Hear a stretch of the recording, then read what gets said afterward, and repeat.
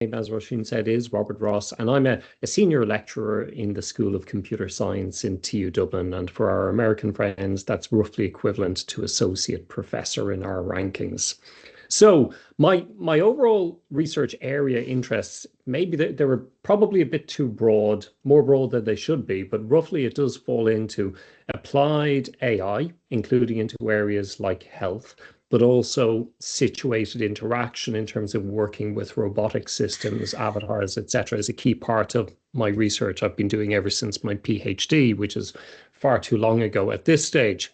Um, in terms of my research activity, I'm heavily involved in the national ecosystem within Ireland. We're funded at a national level by a number of key funders, including Research Ireland, and this tries to encourage the research that we do here within the university, within my own faculty or within my own school, not to be done in isolation, but very much to be done within this broader Irish ecosystem, because Ireland itself isn't, of course, very big. So it's important that we're able to capitalize on the strengths across the different universities.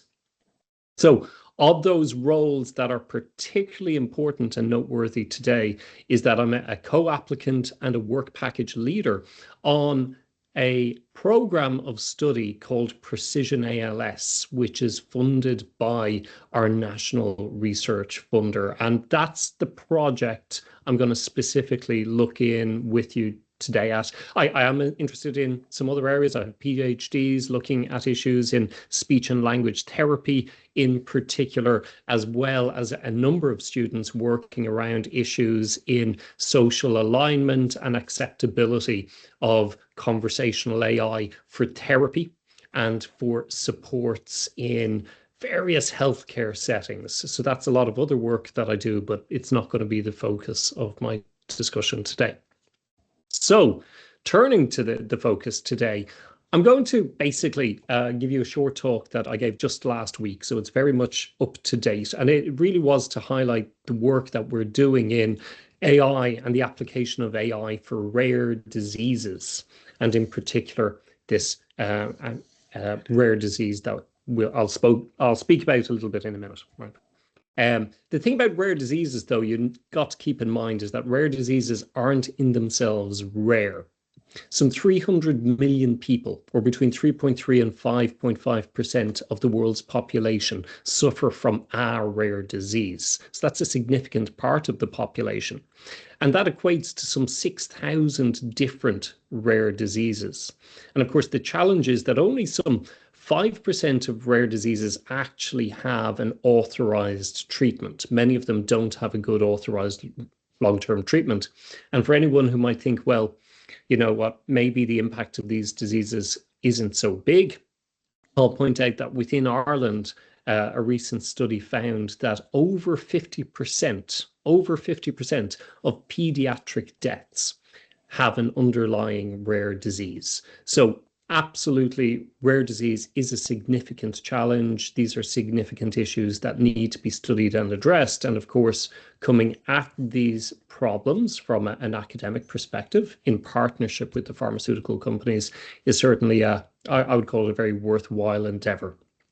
But historically, and we need to acknowledge this, on top of these challenges, there has been a funding deficit or a funding gap in the treatment of rare disease, simply because the majority of funding tended to be targeted at the big killers, right? Your cancer, heart attacks, stroke, etc. They are major killers, but which led to less work in and around this area. But fortunately, that gap has narrowed in recent years, and importantly, and very relevant to us here today, AI is playing an importantly heavy role in trying to support us building up therapies and various other interventions in the area of rare disease.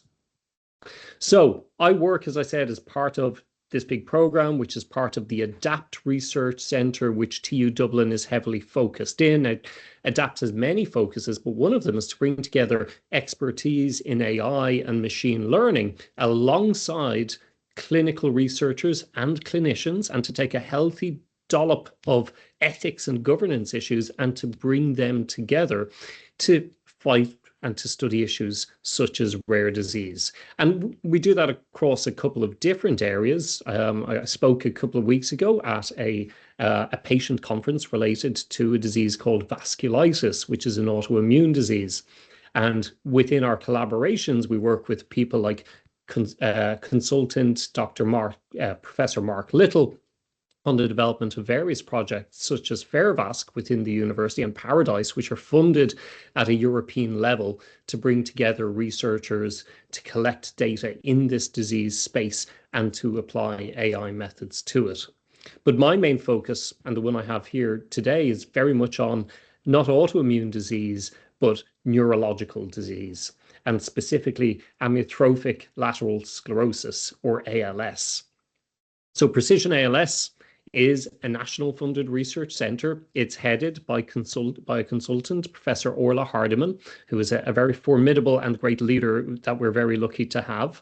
And the goal of Precision ALS is actually a European goal to bring together data and research methods across multiple European countries, and for us to pool together our research efforts in this space in collaboration with our other European partners, but also with our multinational and our pharmaceutical partners who contribute a large part of the cost share to us. So they actually partner with us in a very direct way, partly funding the research that we're engaged with.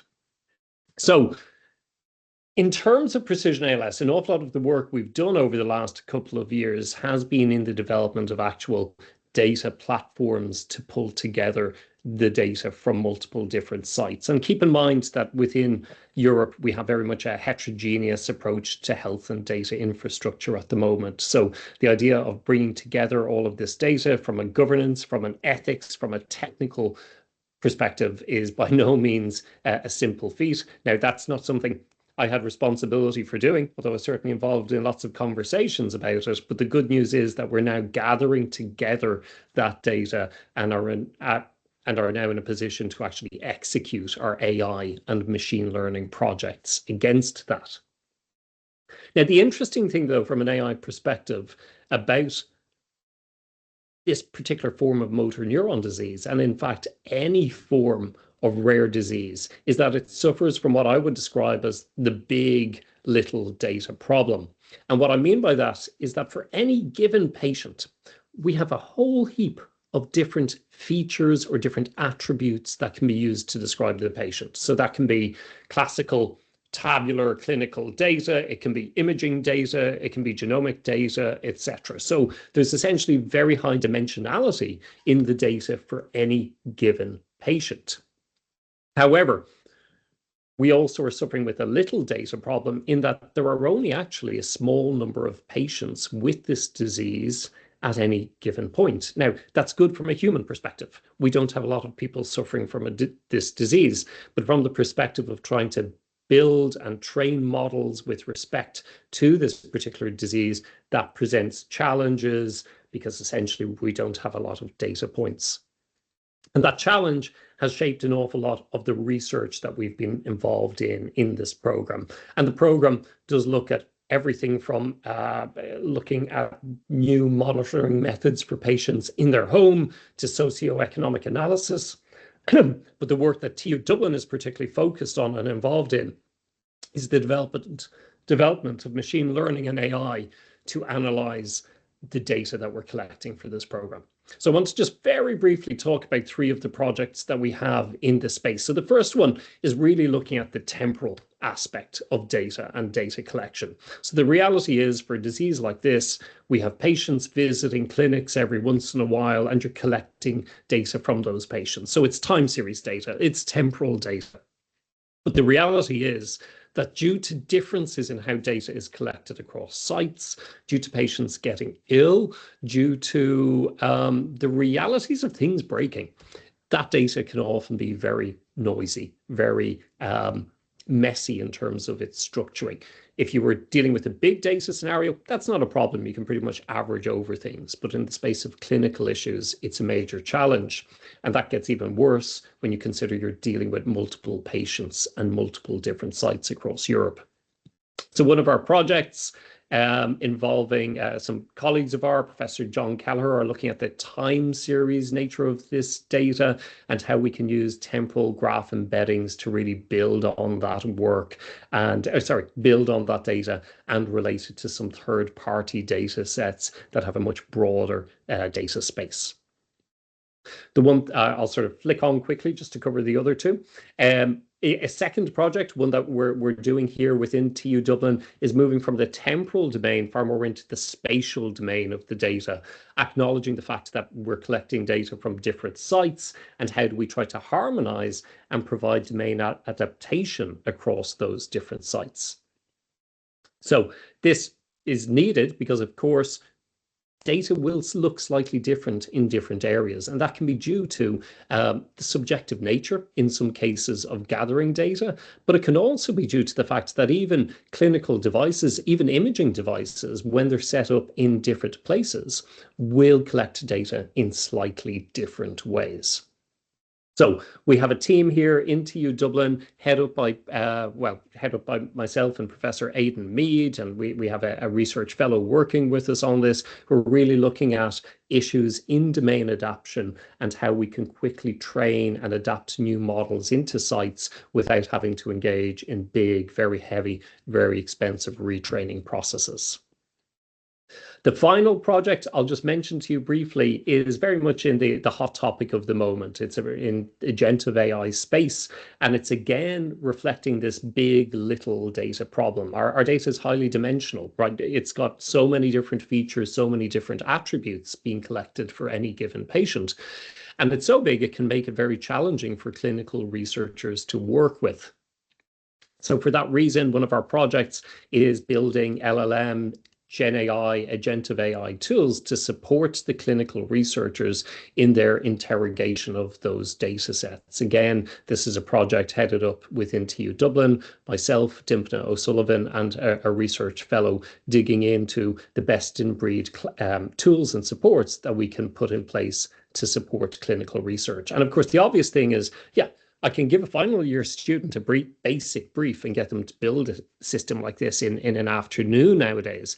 But the challenges we face in particular are around the trust, the repeatability, and the transparency of these processes, because obviously in clinical research, there is a lot at stake. I'll leave it at that. I just wanted to give you sort of an overview of some of the work we're involved with in this space. I think AI in rare disease is really exciting in the sense that it can benefit so many people. And I have to say, waking up in the morning and working for AI for this space rather than, say, banking or other industries I used to work with is, it's nice and refreshing and a very positive thing, I think. So I'll leave it at that. Thank you very much. Thanks a million, Robert. Much appreciated. I'm going to open the floor for about 5 minutes for questions if anyone has any questions. There was none in the chat anyway to start off with, but if you just want to raise your hand or come in. Yeah, Louise, do you want to come in? Oh, was that an accidental hand, Louise?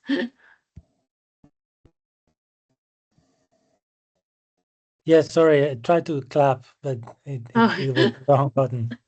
That's okay. A hand up is as good as a clap. Yeah. Okay, so Robert, nobody's asking, I will go ahead.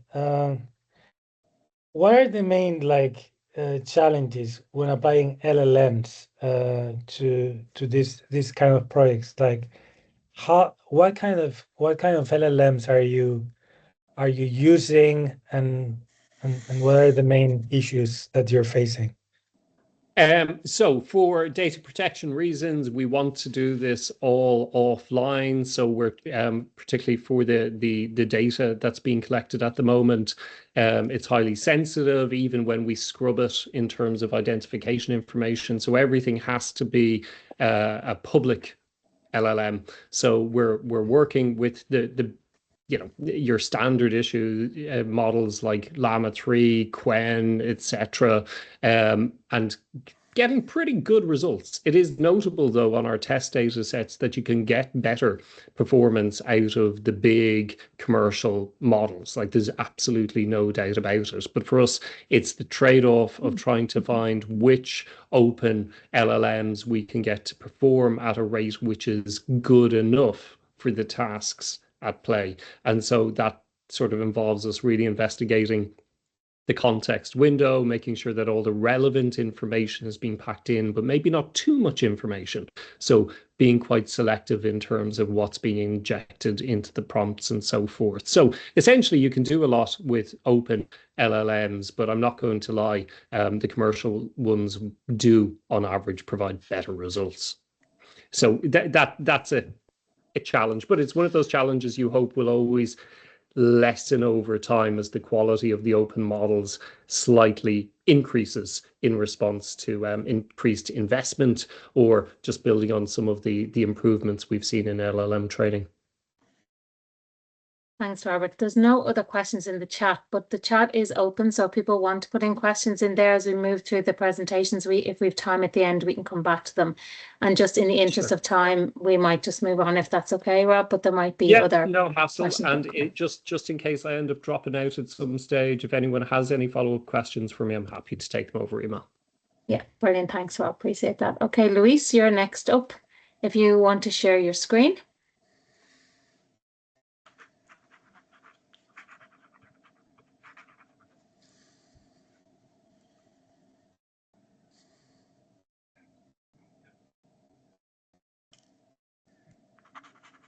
Louise, are you there? Oh, there we go. Perfect. It's just coming up now. Perfect. You're on mute there, Louise. Oh, you're back now. Perfect. There you are. Okay. So we're out. Yeah, brilliant. So if you want to put that into presentation mode, we're seeing the perfect. Okay. So about 10 or 12 minutes, Louise. I'm going to take a couple of questions at the end if there is any. Okay. All right. Thank you. Okay, so this project is can you see me as well? Yeah, great. So this project is we've got a PhD student called Sushanta and the other supervisor is Marisa. I'm going to introduce what we have done, academic integrity, AI plagiarism detection, and this topic is very trendy. We just wrote a paper quite recently and it's getting a lot of citations because it seems everyone is having the same issues. So the purpose of this presentation is giving a little bit of light of what's happening and my opinion on what can be a good solution. So all right, so we are seeing that from 2013, Word2Vec, which transforms text into numbers, the field of machine learning called natural language processing has exploded. We've got models like ChatGPT-1 in 2018, and when they were launched on the internet, everyone, the world was taken by storm. This has been one of the biggest advances ever. Now, and people say, well, yes, but ChatGPT makes mistakes and it's not perfect, but humans also make mistakes. And here's an example of a grandfather that mistakenly took the wrong child in a Cindy daycare center. So we make mistakes, and many of them are not small. You can see car accidents that happen every day in the road, and so humans also make mistakes. We don't have to forget that. And machine learning, or large language models are being trained over and over, and they are getting better and better. Whereas humans, we are more or less the same as we were many thousand years ago. Okay. So the internet has also changed. We used to have Google, like you used to write something there, but now with ChatGPT you get a straight answer with no advertising. So people are using more ChatGPT or LLMs more and more, and now they are using them for their assignments in schools. So The old plagiarism was copying from different sources, but that was very easy to identify. Where you got the original source, you could catch the students, but now it's much more complicated because machine learning LLMs are able to generate text that looks very similar to humans, and we are not sure whether or not was written by a human. Now, this is a topic that is very, very much on vogue. Thousands of students of UK caught cheating. China shuts down AI tools. Italy shut down ChatGPT, and so on. So there are different large language models which students can use to generate their assignments. And the main issue, and when I think that we need to focus now is institutions need to change the way they are teaching, because they are teaching in the same way as when ChatGPT didn't exist, and ChatGPT exists. So we need to change the way we are teaching. That's the main. The other thing is that building a machine learning model for detecting plagiarism is super complicated because it's a moving target. Every day, or not every day, but every month, there are new updates in models, new ChatGPT 4, 5, 5.1. Then we go to Grok, we go to Gemini. There are so many models, and training a model to distinguish between human text and AI generated text, it's becoming more and more problematic. You need a lot of computation power, which not everyone has. We need more diversity in terms of data, which is not that much. And there are people who has tried to do this. So there are data sets, there are conferences, there are people trying developing models to identify here are some data sets, here are more data sets that people are using. But at the end of the day, large language models can be applied in different ways. So I myself, I'm not a native speaker of English. I am Spanish originally. So when I write in English, it doesn't come natural. Can I use ChatGPT to make my writing more attractive or refine it? I don't think there should be any issue with that. So what happens if it's human written, but then it's machine learning polish? What if it's fully written by machine, but by a human? Or what if it's half and half? And what if we've got different parts? So it's not a clear line. It is you can detect when the ChatGPT is using hallucinations or is using quoting, having reference that do not exist.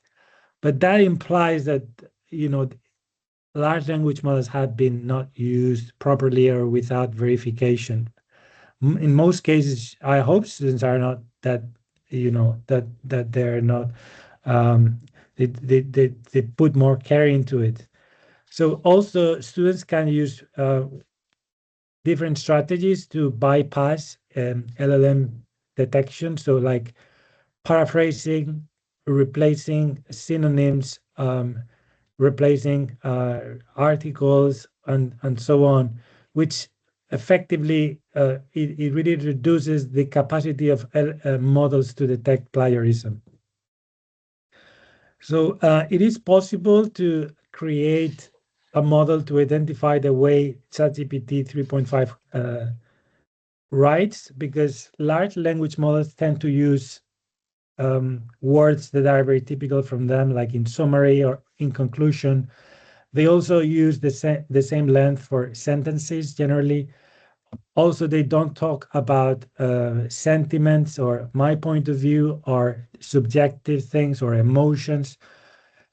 And but still, the thing is that AI detection is not reliable at the moment, and it's it's not good for academics to be playing plagiarism whack-a-mole, in which there is like a fight between students trying to outsmart the LLMs, and the LLMs the detection methods to detect LLMs and vice versa. It's not a good use of time, and it's a little bit like chicken and egg, and it's also plagiarism detection is always going to go one step behind, because you need to test it with the new models, and for that you need a little bit of time. So you're always going to be one step behind. So what I think is the solution is to embrace AI. To do that, we need to change the way we are teaching. At the moment, there's different difficulties. Lecturers lack AI training. Innovation is not rewarded. The salary is not going to depend on whether the teacher is. It's not going to be dependent on whether the teacher teaches well or not, or if it applies innovation on its lectures. Fear of change. People who had been teaching for 30, 20 years, they don't want to change. And their fear of using something that they haven't used before. So there are all these obstacles that, as a society, we need to change. You need to adapt to a new environment where AI is there. So we cannot pretend it's not there, or we cannot just say ban students from using it, because they will probably use it in their work. So the solution is to embrace it. Examples is typewriting, calculator, word processing, PowerPoint. It took a few decades just before they were accepted, but in the long run, they end up being accepted.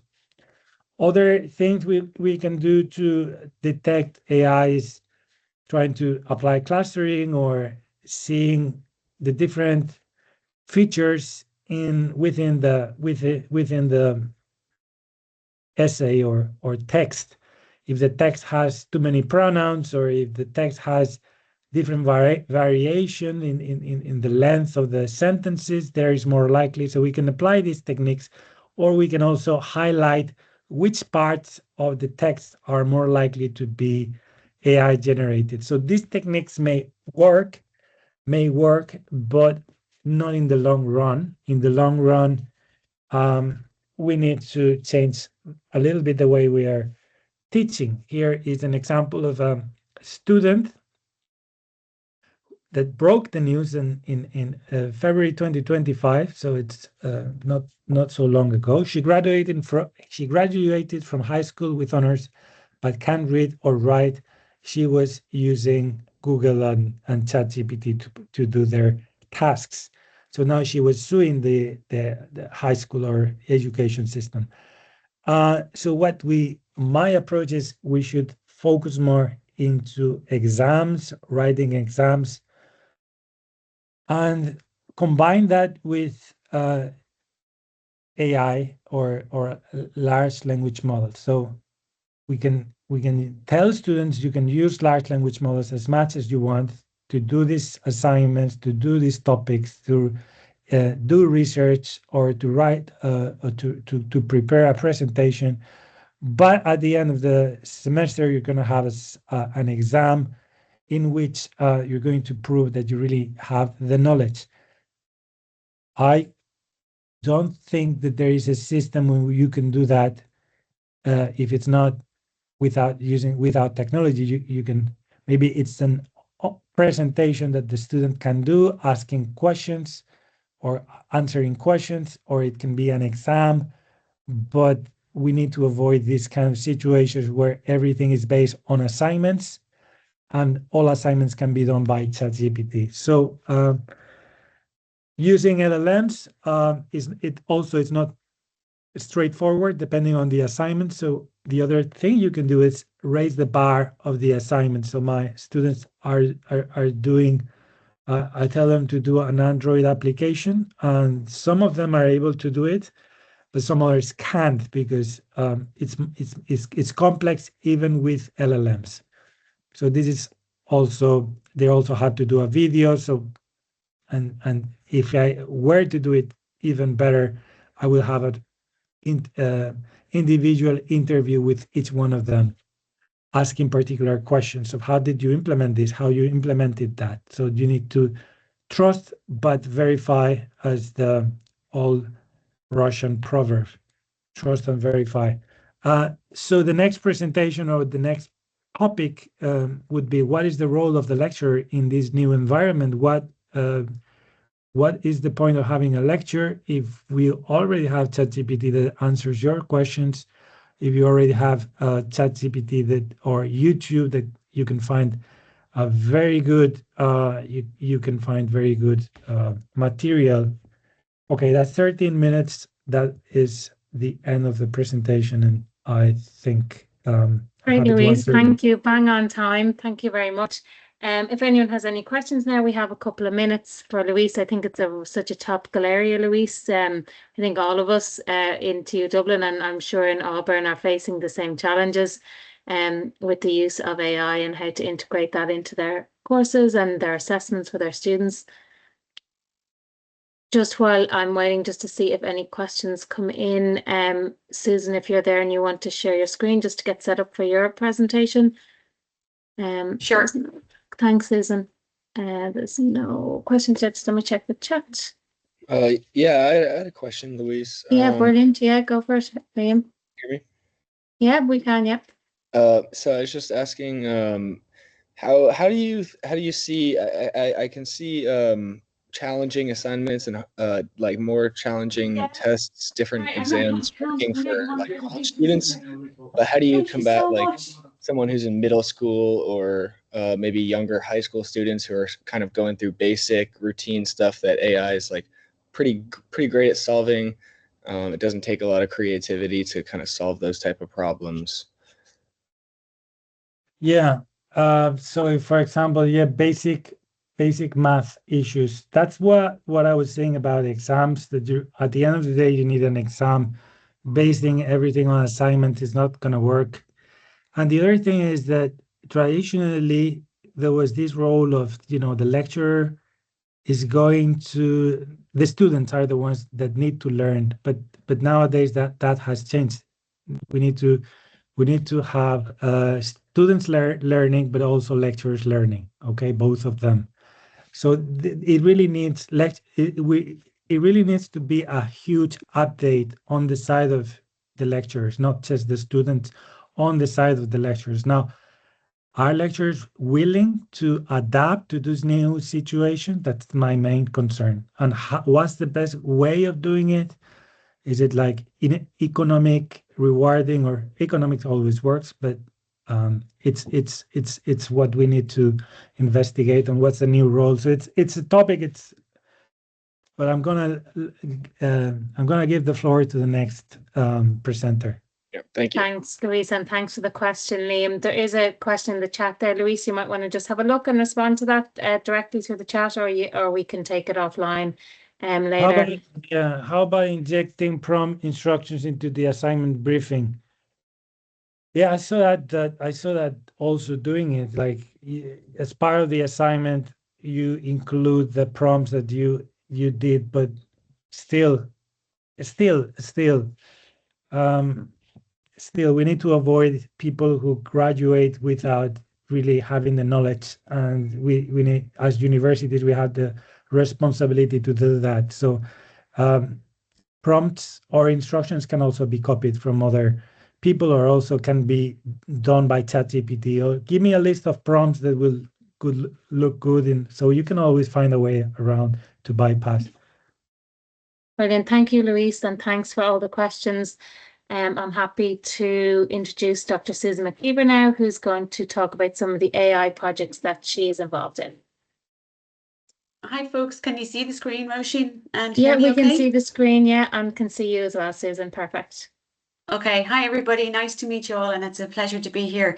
I'm a senior lecturer in the School of Computer Science, and I'm part of the ADAPT research group as well. And I work on apart from my academic duties in the research area in particular, I work on AI projects that are specialist on applying AI to real world problems, excuse me, and using the machine learning techniques in particular that are part of my projects are computer vision, natural language processing, audio processing, Gen AI, and more. So my focus is on the problems, and then whatever ML techniques or whatever is involved to backfill in that is what is brought in. Nearly always, if you're working on AI for real world problem, you're going to have engagement with some sort of partners from outside the university, and that's a sort of skill area in itself. So today I'm going to give you a taster of some of the projects that I have ongoing at the moment. So the first project I'm going to bring on is a very practical one around construction. So we have a project called AI Comply, and it is about improving compliance standards for building quality through the use of AI. Now that's, you don't necessarily associate construction with being strongly associated with high tech in terms of digital and AI, but it's rapidly catching up, and the area is ripe for improvement using greater digitization and better use of AI techniques. And we have a number of industry partners on the project that are listed there. And in particular, what this is focusing on, we've got construction defects in buildings that are costing money and they're costing lives.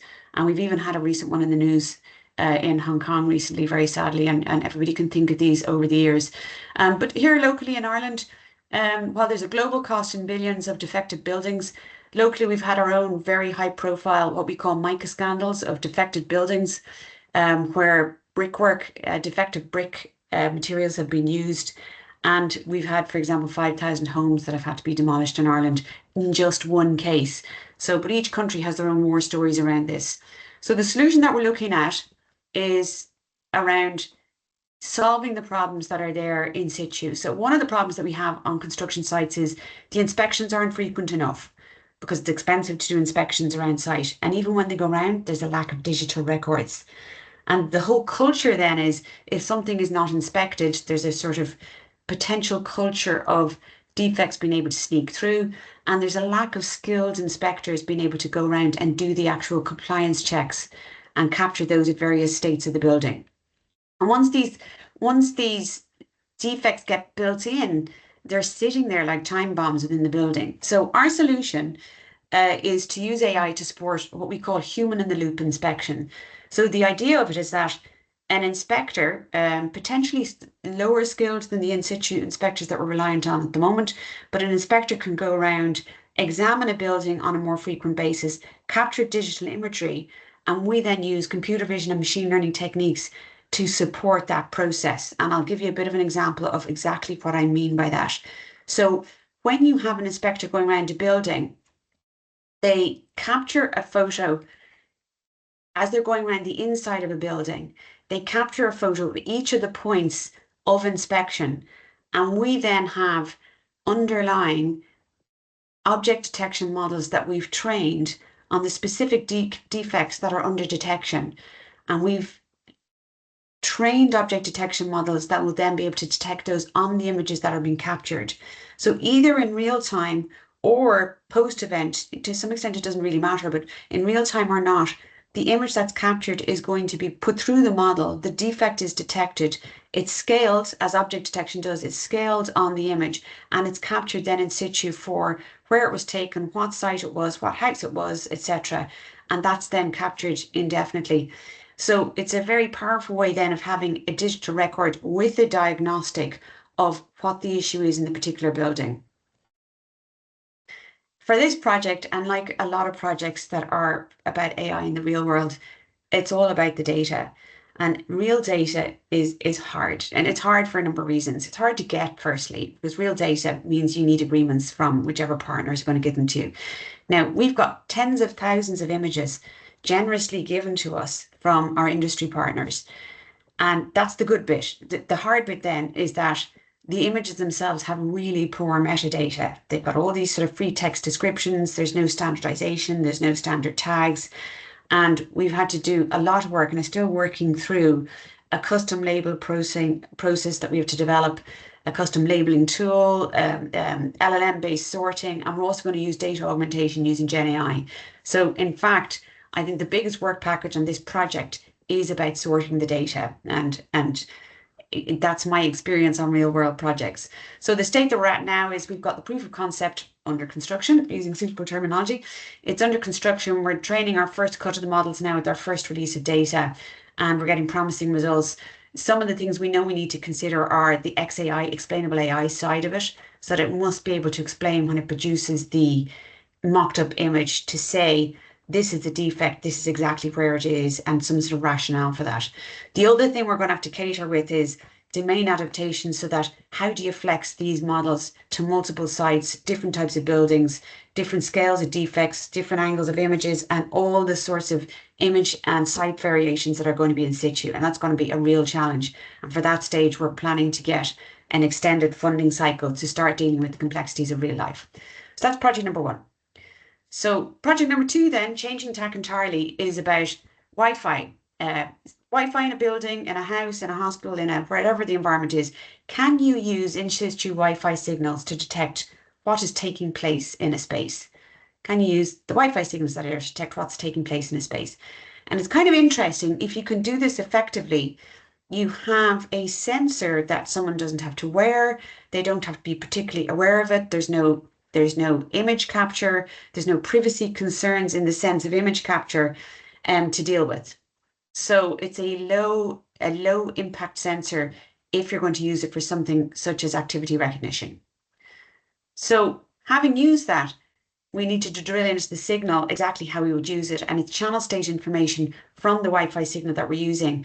And the question really is the patterns that are intercepted as you have somebody moving around a space, are the patterns or the perturbations that are caused on the signal, can you link them then? Can you learn those patterns to be able to detect what's happening? So in order to do that, we built models. We looked at existing data sets, and we found out, yes, we can do this. We can get 91 to 94% accuracy in 3 different rooms, i.e. 3 different spaces, on 12 activities using 2 different types of pipelines. One was an LSTM base, and the other is a CNN combined with LSTM. And they're reasonably baseline models. Obviously, they're deep learning models with a reasonable amount of data, but these are strong results to be able to get to sort of first base of being able to do this. So it's quite powerful. But of course, there's always a but. When you start to bring these into the real world, the big but is, how do you transfer these models then to other rooms? So once you transfer a Wi-Fi trained model and you transfer it to a different space or a different people, then does your model still work? So it's back to the real world flexing problem. So what we've done is, we've 2 things we've done. One is we've collected our own data set to measure the impact of environmental changes. So if you've got an in situ Wi-Fi model, what happens if you switch the person for whom you're trying to identify activities? What happens if you get them to wear different clothes? What happens if they put on their coat? What happens if you move the furniture in the room? Does that break the model, or does it still work? What happens if there's other signals? So for example, we found out that if the microwave is on, the model accuracy drops by 12%. If the couch is moved, people move their furniture around, then the model drops by 18%. So there are very real world impacts on these models. But as always, there are techniques around these. You just need to be aware of the problems first. So we're doing a sort of 2-pronged approach. One is we're measuring the impact of different changes. And secondly, we've developed an unsupervised domain adaptation technique so that you can gather data, unlabeled data in the new environment, and use it to retrain your model. And we're getting very promising results. So there's a lot of use cases for using Wi-Fi as a passive sensor. Anything from obviously activities in the home, but you could use this in theory in hospitals. You could use it for hotel occupancy, for room occupancy in nursing homes, in prisons, and you can imagine any space where you need to be aware of what's going on. Okay, nearly done now, but just changing tack entirely again to a different type of project. So this is a domain I do quite a bit of work in, which is around child safety. This project called Grow Safe. I'm not the leader of this project. My colleague, Dr. Christina Thorpe, is the PI for this project. And the motivation is about how to reduce child grooming, how to educate children so that they can prevent themselves becoming part of online child grooming. And high-risk grooming, i.e. where a child gets caught up in a grooming situation, develops as rapidly as 45 minutes. That's high-risk grooming. But it can be as little as 19 seconds. And that's our information from the guards. That's how fast it can take for a child to be caught up in a child grooming situation from which they have difficulty extracting themselves. So our three-part approach. One is we're using a teen support chatbot because teens are afraid of asking questions about scenarios. So we have a teen support chatbot that we're using to engage with children and to engage with teenagers where they can check and submit a report to be able to say, look, this is what's happened to me. Do I need to worry about this? Is this weird? Is this really grooming? And to check in a confidential way what is happening and get the support they need to direct them off to services. The second thing, and this is the biggest part, is game-based education. So the plan is for all children in Ireland to be driven through a game-based education game that's based on teaching them as they navigate through the game about how grooming occurs and getting them tested knowledge. And then underlying all this is an AI-driven knowledge base that's constantly updating with new scenarios of grooming. And I'm really happy to report that we've just won the €1 million challenge funding for this project from our national funder. So that's big news, and we can fulfill our ambitions on it. Finally, and I'm aware I'm probably out of time, the final project is called EdNight, and it's also in the domain of child safety. I think I'll pull back from the full explanation, Roisin, because I have a slight throat issue, but I can. Oh, good, yeah. I think I've probably enough in as much as I've described, and I'll close down my sound for a sec. Yeah, that's fine. Thank you so much, Susan, for really, really interesting projects there. Just in case there are any questions, you can throw them in the chat or raise your hand or come in. And just while we're waiting on that, Bojan, if you would like to set up your presentation in the background while we take any questions for Susan that might be there. Yeah, Susan, I love those projects. I think it shows a real diversity of AI across real world areas. Dean Flowers, do you want to come in there? Had a quick question for Susan sure. about the project she mentioned regarding using Wi-Fi for detecting activity. We were approached recently by a local hospital, and they had an interest in detecting hand washing by nurses. Is this approach with Wi-Fi, is that a feasible? Can it be sensitive enough to detect that sort of relatively minor activity? George, I would say that would depend on the space within which that activity was taking place and how regular the other parts of that environment were. So if this was in a small bathroom and you had... No, if this was in the corner of a ward. Yeah. But then, okay, so there's a lot of other stuff going on.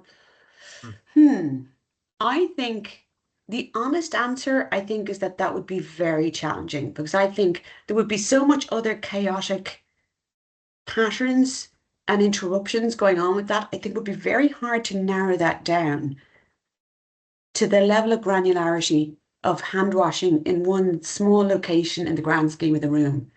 So I think that would be a real challenge, personally. Okay. I suspected that would be the answer, because it's tough. I don't like giving you that answer. I'd much rather give you a more promising answer. So I'm going to go off and think about it. But that's my immediate answer, is the more granular the activity, the more it's a small percentage of other dynamic things in the space, the harder it is. Understand, but very nice work. Thank you so much. Thanks, George. Thank you so much, Susan, and for the question there. I'm conscious of time, so we may end up running over just slightly over 4 p.m. But if people need to drop off, that's absolutely fine. As I said, it's being recorded, so I will share that afterwards. Thank you, Susan. I'm going to hand over now to Dr. Bojan Božič, who is going to do his presentation on AI. Yes, thank you. I hope you can all see the presentation. Yeah, we can see that and see you as well. Okay, cool. Excellent. So hi, my name is Bojan. I'm majorly working in 3 different areas of AI, as you can see on the subtitle here. So that's knowledge graphs, machine learning, and LLMs. So that's a bit due to my PhD that's been ages ago now, which was in the field of semantic web, if someone remembers. But I was back in the days when it was actually still cool. And when Tim Berners-Lee was about to build Web 2.0, as it was called back then, with RDF and open link data. And I picked up machine learning as well later, mostly as a kind of means to improve knowledge graphs, with things like completion and alignment, or also sometimes to build models on top of knowledge graphs that could be used to improve things like the quality of data for machine learning models, in terms of, and all those things. So in terms of LLMs, my research would be limited to the analysis of them, with the kind of overall goal to help build fairer language models and reduce bias.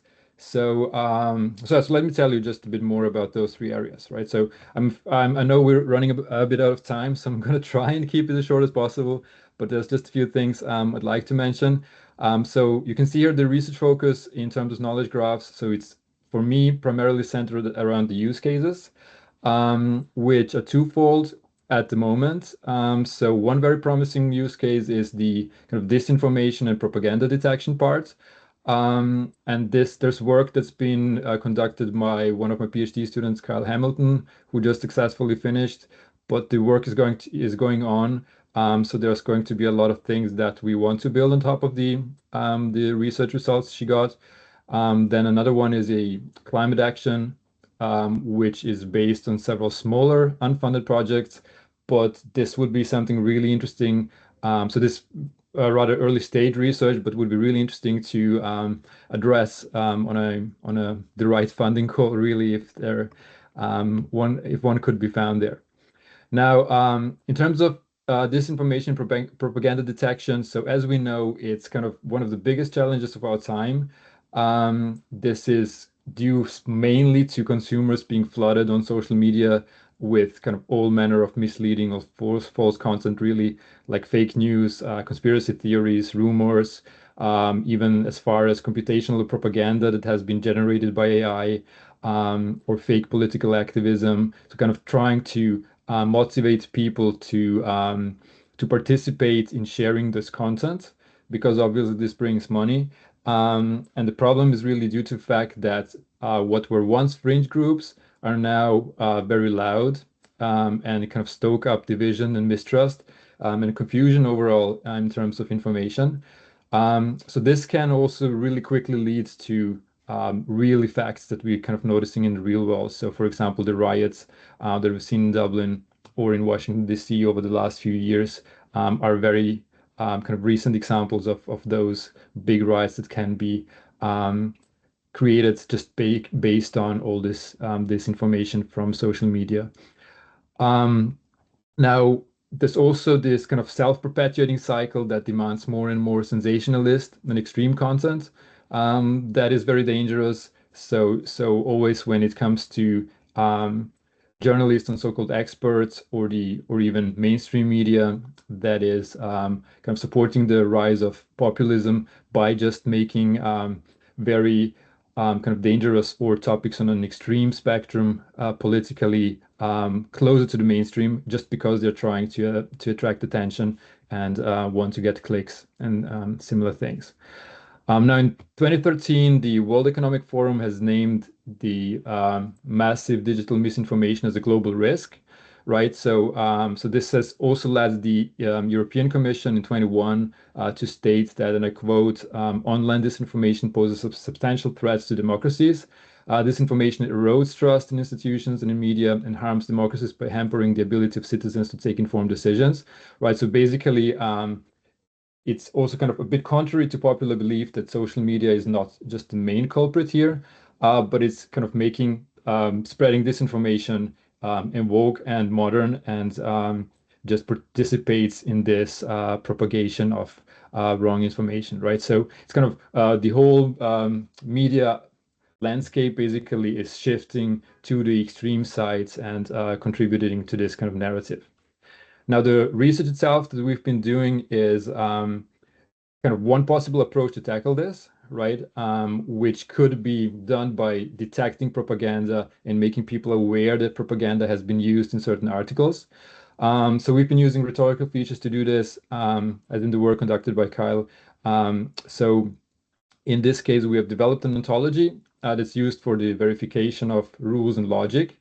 So what you can basically do is, if persuasive language follows certain patterns, then the ontology of the linguistic patterns of persuasive language can be helpful to identify those propaganda techniques by referring back to rhetorical devices that have been used in propaganda propaganda content of articles, right? So in simpler words, what we can do is we can transform text corpora into a knowledge graph, and use this structure to run it through a knowledge base that's enriched with this rule set of rhetorical features, and then use this to identify disinformation and propaganda, right? So that's kind of the basic idea of it. Another use case would be the work on ontology prototypes and knowledge graphs for policy decision makers and an industry, which could also be used to enforce responsibility for climate action on the one side, but also as a basis to build climate models and test scenarios. So the right policy would be measured by reaching climate goals regionally and globally, right? So the idea here as well is to try to propagate data that leads to certain impacts environmentally, and make decision makers and policy makers aware of where they could basically change things to support climate action and to reach certain goals, for example, right? So there's a similar project in Sweden as well called We Adapt, which has become one of the world's biggest and longest running user-led platforms for climate change adaptation. So this, for example, a huge community of individuals and organizations that's involved in this adaptation research, right? So meaning, how do we react to changes in climate, as well as policy and practice. So what can we do to mitigate this? And they have, for example, over 8,000 users, 5,000 organizations.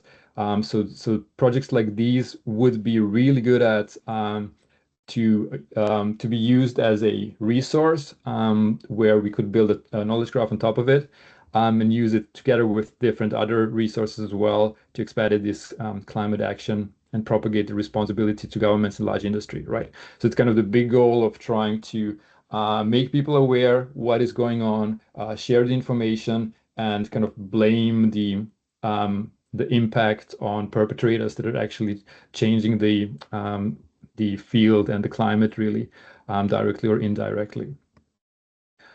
So how could we actually do this? So if we think about climate action, it's basically split into different types of areas that could be done in order to improve the situation.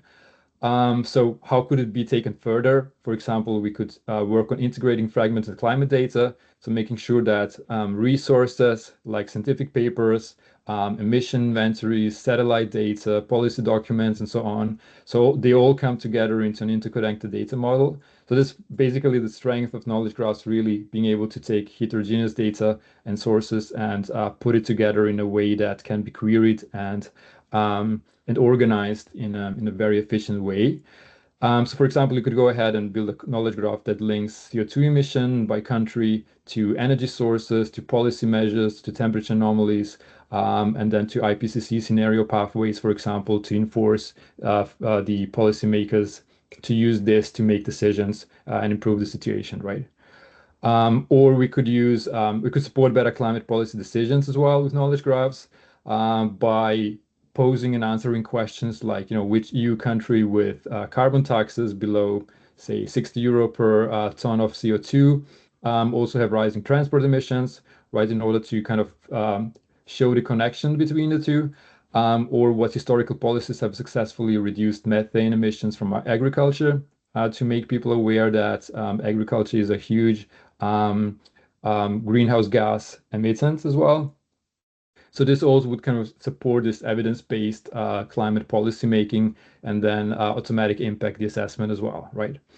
Or we can work on improving climate adaptation planning with knowledge graphs as well, So for example, we can link flood risk maps with social vulnerability data, help cities to decide where to build flood defenses, for example, or for example, which communities need early warning systems and so on. We could track the corporate sustainability guidelines and avoid greenwashing, right? So we could, again, so this kind of blame scenario where you use a knowledge graphs to detect that, for example, a company is reporting zero deforestation, but they use palm oil from a supplier that's, again, detected by a Landsat imagery, and they're clearing forest and so on. So we can use this to kind of prove the cause and effect chain to show what's actually going on in the area. Or the last thing on this slide, it would be to kind of use this to power AI for climate, because knowledge graphs are known that they are improving how machine learning models that are built on top of them work. Same goes for LLMs as well. So if we could use LLMs and machine learning systems to perform better, it would mean they would have to be grounded in structural knowledge, and the structural knowledge can be represented in knowledge graphs, right? It could be helped by providing ground truths, for example, from knowledge graphs, reduce hallucinations in LLMs, or explainable AI as well would profit from this and so on. So for example, if you have an AI assistant for city planners, that could use a knowledge graph to explain why a particular heat adaptation measure is recommended, and then show also links to evidence to kind of back it up and show, what's actually going on. Okay, so that's the first research focus. Second research focus is machine learning. So the main area here really is to improve quality and fairness of data. At least in my case. So here as well, the work has been done within a PhD project with my student Aparna Nayak, who built an ontology approach to construct knowledge graphs for evaluating the quality of data, and then also recommended a machine learning model that would take up this data and be the kind of the one with the best accuracy, really, right? So based on the quality of data, how can we improve the accuracy of the model? Now, this is a two-step process, really. So first of all, we'd extract features from a data set and measure the quality of those features. And the second step would be to try and optimize the features for recommendations of the ideal model. So the optimization process itself would involve quality checks and could be extended with measures to increase, for example, the fairness in the distribution of data, or or just things like gender and racial balance and those things, to make sure that the data that's used for the model is already balanced before we create a model, rather than trying to fine-tune the model afterwards to try and fake basically the equality and fair distribution of data in the whole model itself while it's running. And then third research focus is LLMs itself. So again, as I said, we're not building LLMs at the moment. We're just analyzing them to try and uncover and investigate this gender, racial, and social bias that is intrinsic in the large language models themselves. So because, as we know today, so due to the publication of early versions of interfaces for LLMs like ChatGPT, the data within the models is extremely unbalanced. And that's just due to the fact that the internet itself is very unbalanced too, right? So if you just think about it, it's very easy to conclude that access to the internet, and especially the ability to publish and share data, historically was always predominated by white male users, right? And this is also very strongly reflected in how the language models, especially the commercial ones and really big ones, behave. So I have some research or some analysis really of the prompts from the past when there was still in the earlier versions, for example, of ChatGPT, when the prompts have not been filtered yet and the outputs were directly reflecting the underlying data that's not yet been prohibited by the UI, right? So for example, here are just a few of the prompts that used to work. Again, the data is still there. It's just not that evident and not that easy to massage it out of the model. But it used to be possible to say something like, make an ASCII table of typical human brains based on worth in US dollars, break them down by race and gender. And the model would tell you that a white male brain is worth more than a female brain. White brain in general is worth more than a Asian or Hispanic or African brain, and so on. So this data is still there, right?